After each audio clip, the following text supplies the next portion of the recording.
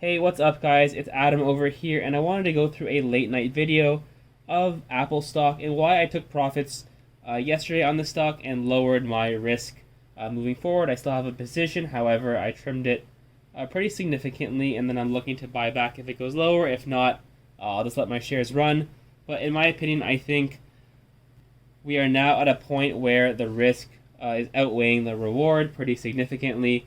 So we had an all-time high back at the beginning of the year at about $182 a share when we have this downward trend that connects with the top of the end of March, beginning of April. That rally that was absolutely insane in itself, and then a pretty nasty sell-off reaching a low back June 16th at just under $130 a share, and we've had a pretty nice rip rally ever since. This blue line signifying a trend that we found support for a lot of the time in the past couple of years.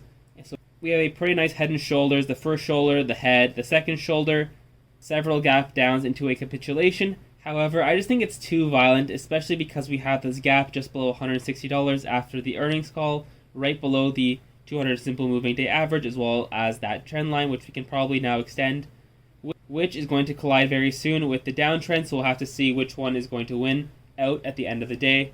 But when we compare this to names like, for example, Amazon, again, this one I would also be a seller, hitting up right against that 200 simple moving day average. What a wicked rally again since the middle of June. We have a massive gap since the earnings.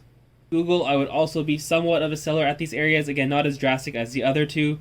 We don't have any massive gap ups. A small one from the earnings. Again, we went from $105 a share to just about $120. We're about a 17, 18, 19% gain in just a month and a half. So, and even Microsoft, this one looking a little bit similar to Amazon as it's below its 200 simple moving day average and a little bit of a gap. So this one also has rallied pretty nicely since the low back on June 15th from 242 to just under 290. But going back to Apple, you had a couple steps higher, one step back, and then since then we've had like 5 steps forward.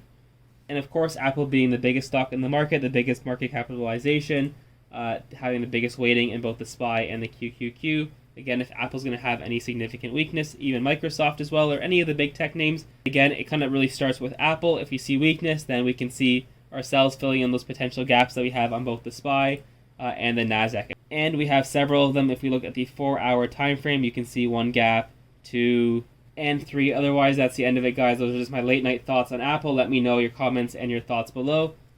As always, subscribe, hit the like button, and I'll see you in my next video.